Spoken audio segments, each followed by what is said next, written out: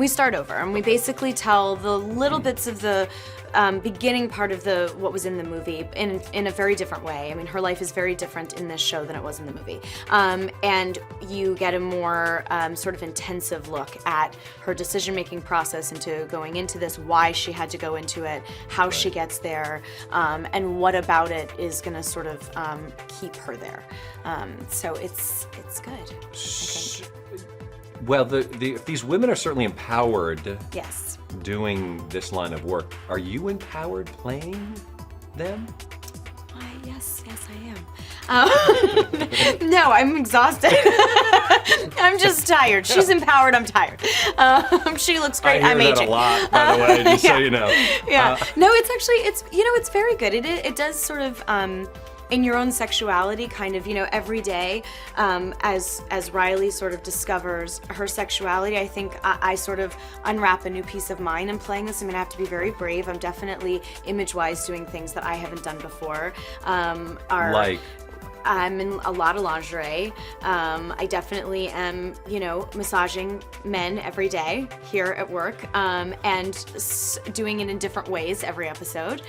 Sometimes it's in costume, sometimes it's in the way that I'm touching them, sometimes it's in what room we're in. It's, it's all very different. So I've definitely had to get more comfortable and brave.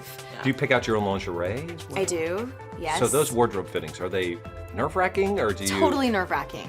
Yeah, I mean, let me just say this. I am in lingerie all the time. It does not mean that off camera I'm uncomfortable. Not in the slightest. I'm still a girl or a woman, and it's nerve-wracking. It's very nerve-wracking. Yeah. And then they make enchiladas for lunch, and you're like, really? Enchiladas right now? Enchiladas? No, I can't have one.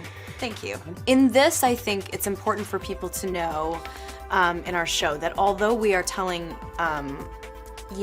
provocative stories about a woman who essentially gives a happy ending massage, if you will.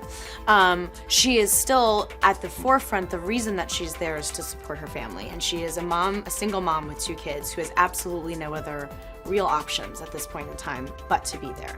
And the story unfolds and she sort of finds her sexuality through doing all of that and learns a lot about who she is and who she wanted to be and who she never thought she was, and sort of all of those things. So there is a certain part of that. But is she bearing the sort of moral code that she wants to live by in exchange for having this newfound sexuality? I think initially I think it's a struggle. I think it's a constant struggle for her. I think it is how do you do that during the day and then go home and be a great mom at night? It's a hard line to walk. And we're trying to walk it delicately, and I think once the shows start airing, we'll be able to tell a little bit more from the audience how much we can go and how much we have to back off, and we won't know until people start to see it. But I think right now we're doing a pretty good job of sort of keeping it pretty balanced. Sybil and I personally, she's my hero. Like I can't believe I get to go to work every day with Sybil Shepherd. Like it's just amazing, and she's the kindest, most incredible lady. She is so gracious. At least once a day she says how grateful she is to get to be here when we all feel so grateful to even have her, and it's just awesome.